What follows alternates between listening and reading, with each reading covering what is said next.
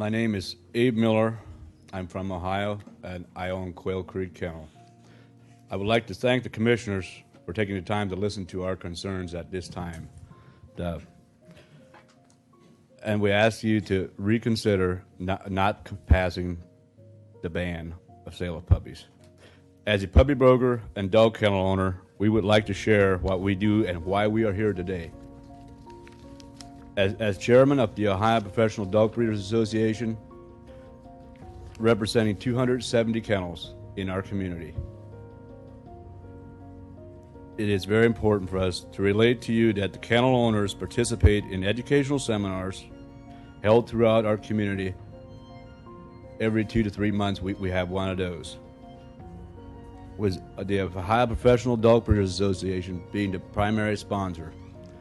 In conjunction with that, we want to thank Petland for being another primary sponsor, and Quail Creek Kennel.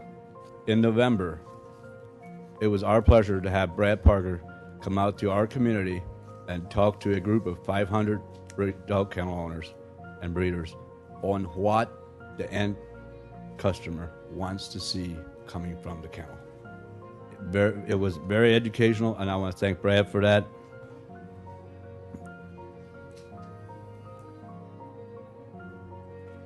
I want to share a little bit of background history on what in our community is a large dog breeding community, with most everybody coming from farming backgrounds, and with us not being able to, more heavily populated, we're not being able to buy farms and raise crops and milk cows.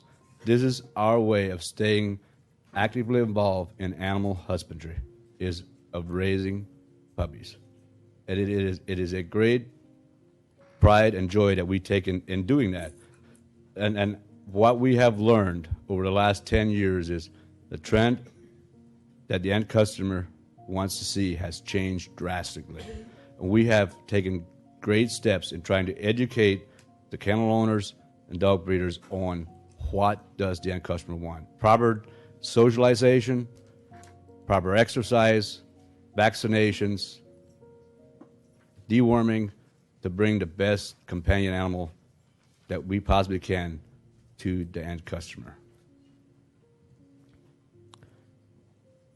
And when we hope at the end of the day you will make the decision to continue to let us promote animal welfare, animal husbandry in our kennels, and continue to bring happy, healthy companion animals to the county of Sarasota, Florida.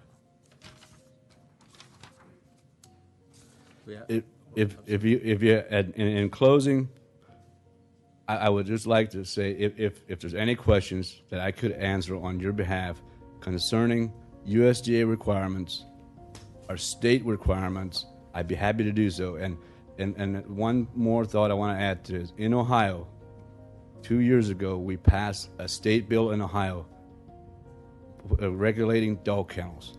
That bill was in the makings for 7.5 years. At the end, when it finally passed, both sides were able to come to the table. Not everybody was happy, but we all agree it was a much better bill after 7.5 years than would have been in the first 2, 4, 5, or 6 years. It takes a lot of compromising on both sides with a willingness to do what's best for everybody involved. And that's all I have. Commissioner Carajula, Commissioner Hines. Yes, sir, thank you.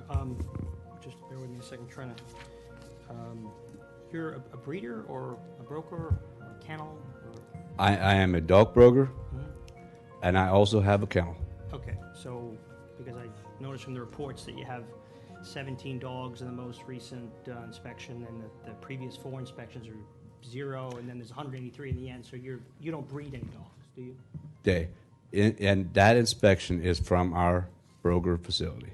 Okay, thank you. The breeding facility was built this fall, was our first inspection being last week.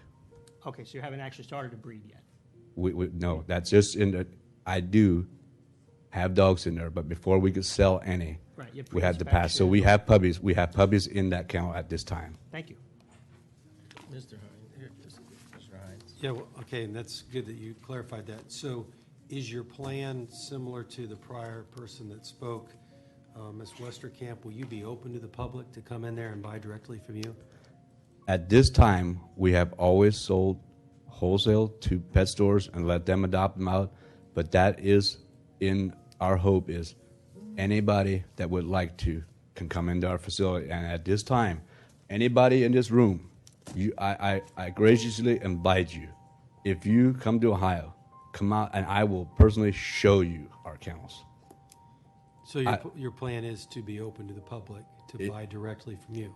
If somebody chooses that they would like to come to our kennel and buy a puppy, we'd be happy to do that.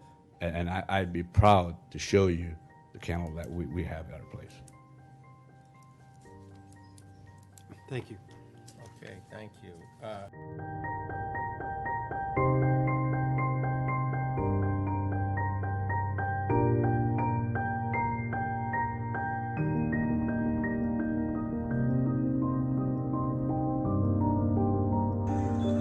We went undercover inside Pat's Pup's Cherry Hill store. What's your name? Pat. And Pat told us he only gets his dogs from licensed breeders, but that's not the case with this dog. This is Gus, and he's 3 months old. And we got him from Pat's Pups in July. Rose Edwards paid Pat $900.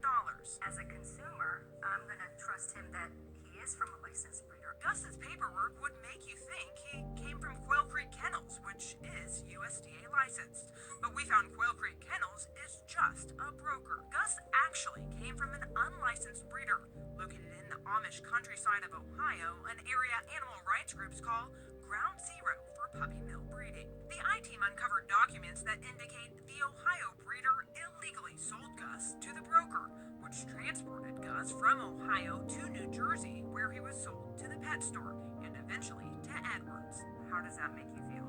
I don't know, what are the long-term effects? And he seems healthy now, but it just